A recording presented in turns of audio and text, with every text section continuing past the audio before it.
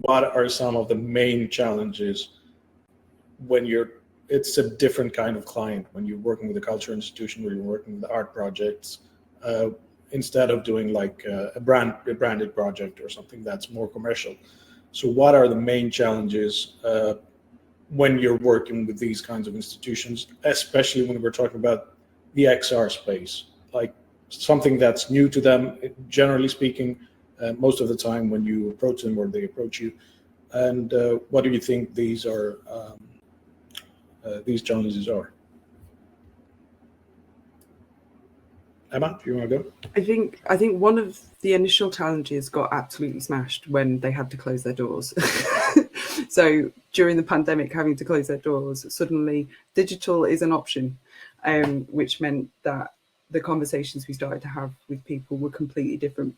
Prior to that, there were a lot of barriers. There was a lot of friction. It's like, how could anybody have a meaningful experience in digital spaces? How can anybody, really have a magical, wonderful experience? And like that, all of those complaints and barriers got reduced down to just any kind of experience would be a good experience. What can we do? The other challenges are around budget. In the UK, a lot of organisations are publicly funded, and that public funding is small, and therefore the budget is just not the same as in the commercial sector, like not even slightly. Another constraint is understanding, and some of the larger institutions, specifically the ones in London, are very digitally savvy. They're doing a lot of world-leading work, but a lot of smaller, older organisations, having a conversation where when you're saying something, they understand what you mean, and having to navigate the difference in language, which I feel mortified about on the basis that I'm speaking to somebody in Greece and somebody in France. I can only speak English, but there are levels and nuance in that language. So when I say development, what does another person hear? So we've got those challenges to overcome. And then the other challenge of time, we move quite fast. We like to iterate and develop in a quick way. We're agile workers. We've become used to these tools and we know how to use them quickly. In the cultural sector, they want to consider. They need time and space. They tend to be larger organisations, so you have multiple stakeholders, and things move very slowly, like glacially. And I found that frustrating, but it's something that you have to work with, because you need that embedded understanding. Otherwise, it's very hard to work together with people.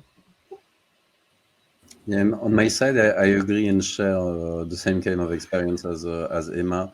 I would say that there is two sides on your question, maybe, or two different answers. There is before and after the lockdown. That's clear. Before, it was quite easy to bring a VR experience in a museum, because it was something new, and so the gates were open. They are not so much commissioning than welcoming projects that could fit in a way or another in their location, and that has been the first step. And like this, we can start to build a common grammar and expectation and see how, very operationally, how to welcome the audience, what kind of operators are needed, and so on. So that was a good first step.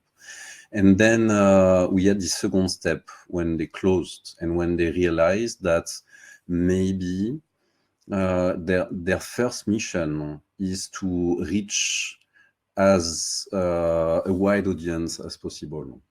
And that is the first mission of each museum, each cultural institution in the world. And they forgot that they had the possibility to go outside of their own walls.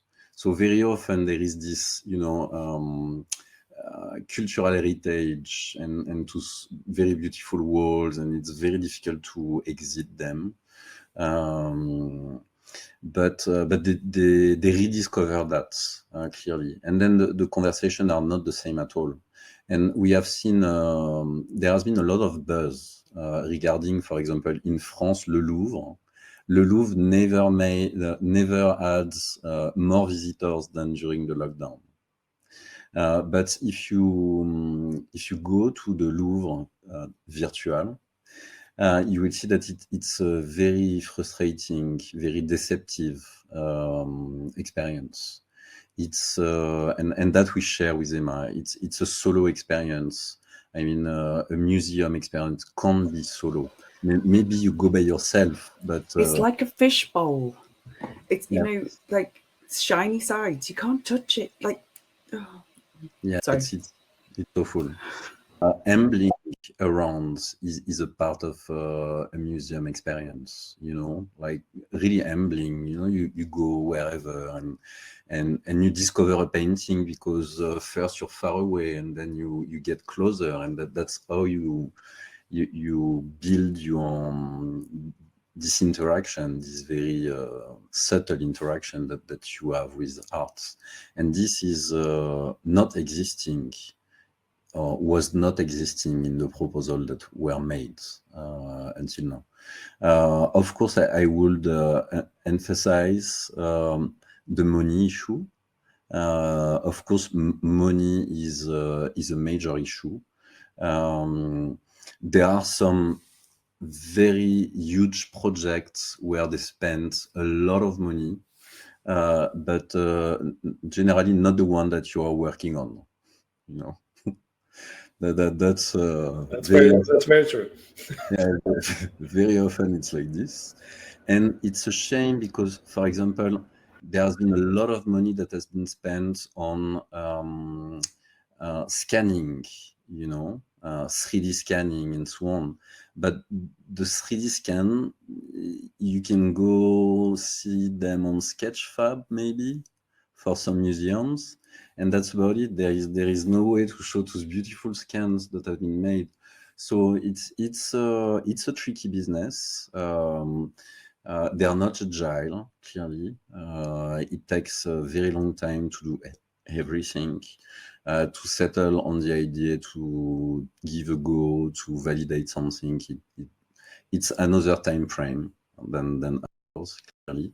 But at the same time, it's very interesting because you need to build almost everything from scratch. And in the work that we do, we always think about the business model. And not for us, but also for the museum. I mean, it should be what we do. It should be coherent with the number of people that is gonna have access to whatever we build, and that's one of the KPI that we want to have very clear from the beginning.